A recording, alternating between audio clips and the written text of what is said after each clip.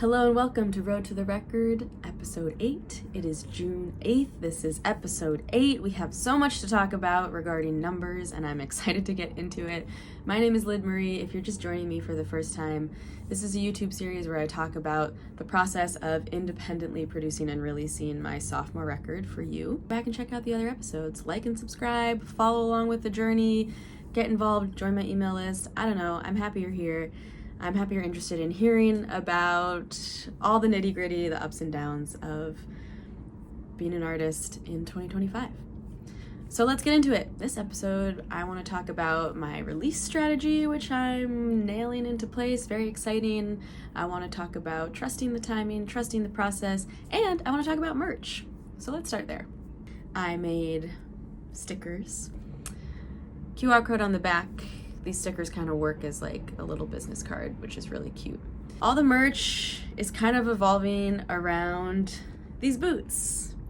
My friend Rosie gave these to me when I first moved to Austin. You can see there's been some wear and tear. I've been like gluing them back together. I've worn these at more shows than I can count. My dad gave me some really good advice at one point, which was when you have to make a speech or get up on stage and you want to feel comfortable, wear shoes that you feel comfortable in, because the way that you connect to the earth is a super important part of how you're going to show up present in your body. So these boots have been through so much with me, and they're just like my go-to show boots.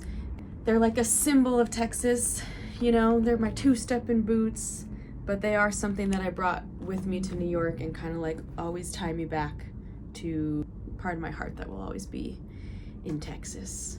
So I had my sister draw them. She's a really amazing artist, and she drew these boots for me in order to make the sticker, and then I've just been kind of basing everything off of that. I just got a hat made. I'm super excited. On the back it says, "Do you miss me yet?"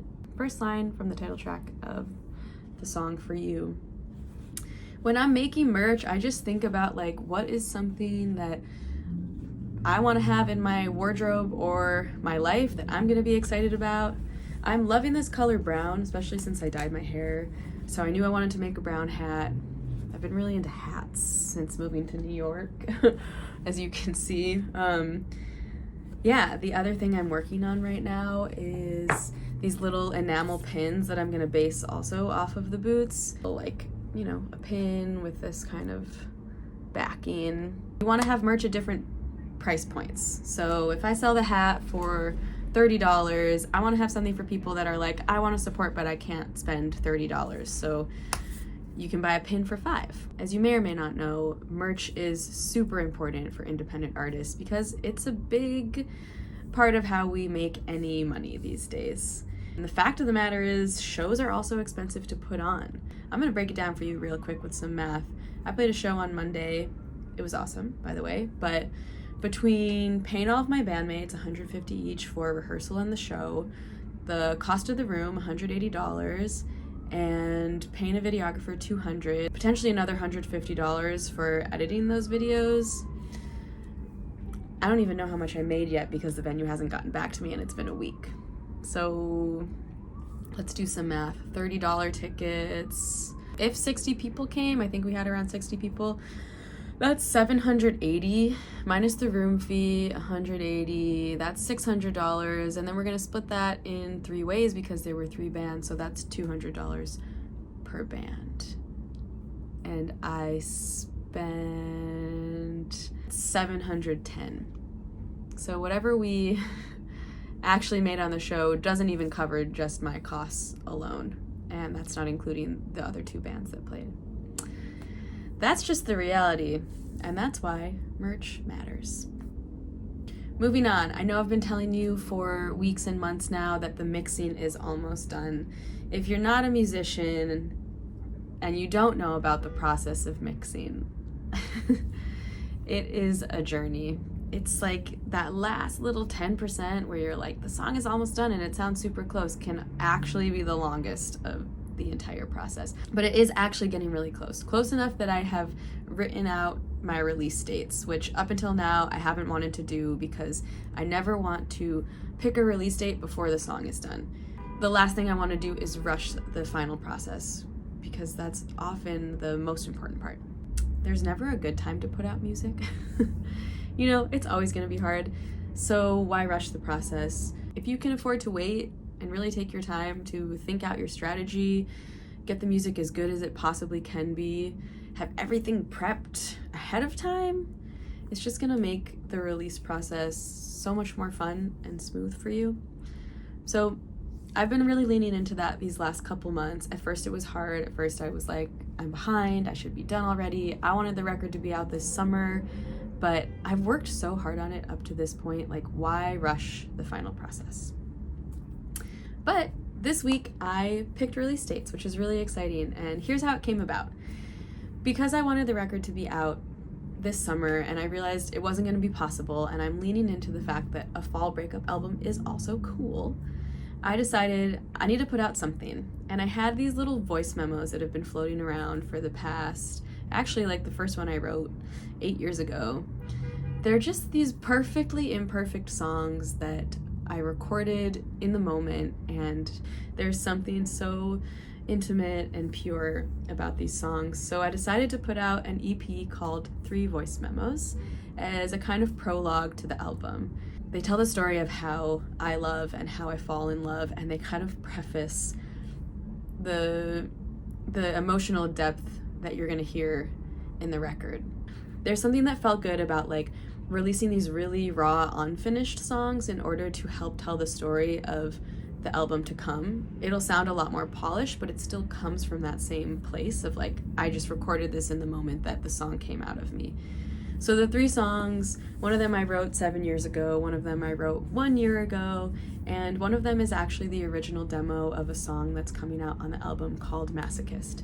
So I'm releasing it as an EP, just putting them all out at the same time. Instead of stretching this release out, I'd rather just have them all come out on one day and then have Masochist be that focus track that I can pitch to DSPs, because it's like a preview of the album to come. The other reason I wanted to put out this little EP before the big album comes is because I haven't put out music in a year. So it's gonna kind of help boost the algorithm, get me back in the system, give me an opportunity to pitch this song to playlists, and I feel like it's greasing the wheels of the Spotify industrial complex, whatever. That way when I put the record out, it's not coming out of nowhere. People are kind of like prepped for it. They remember that I'm here. I don't know. Honestly, can I be honest? This is all super trial and error. Every time I put music out, I like to try something new, and this just felt right. To release something that feels like so honest and like imperfect is a lesson in just like letting go and being authentic, and it felt important. It felt like an important process for me before like putting out this album that is super deeply personal, but I've also worked like super hard on, and I'm really emotionally invested in it.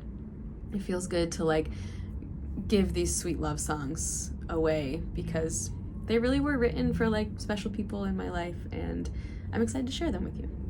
So yeah, that's the release strategy.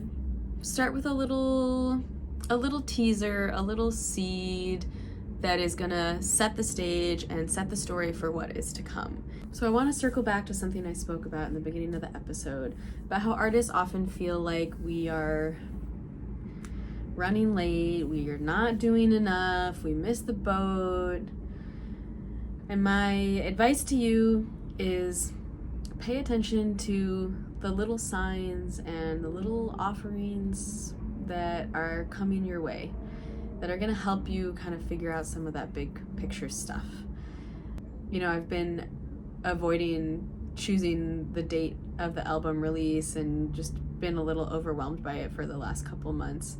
But the moment that I submitted those voice memos, it felt like it just kicked everything into motion. I wouldn't have known the right dates until this exact moment. And I maybe wouldn't have been offered the help that I need until this exact moment. And now I'm kind of like on hyper speed. I'm making a pitch deck.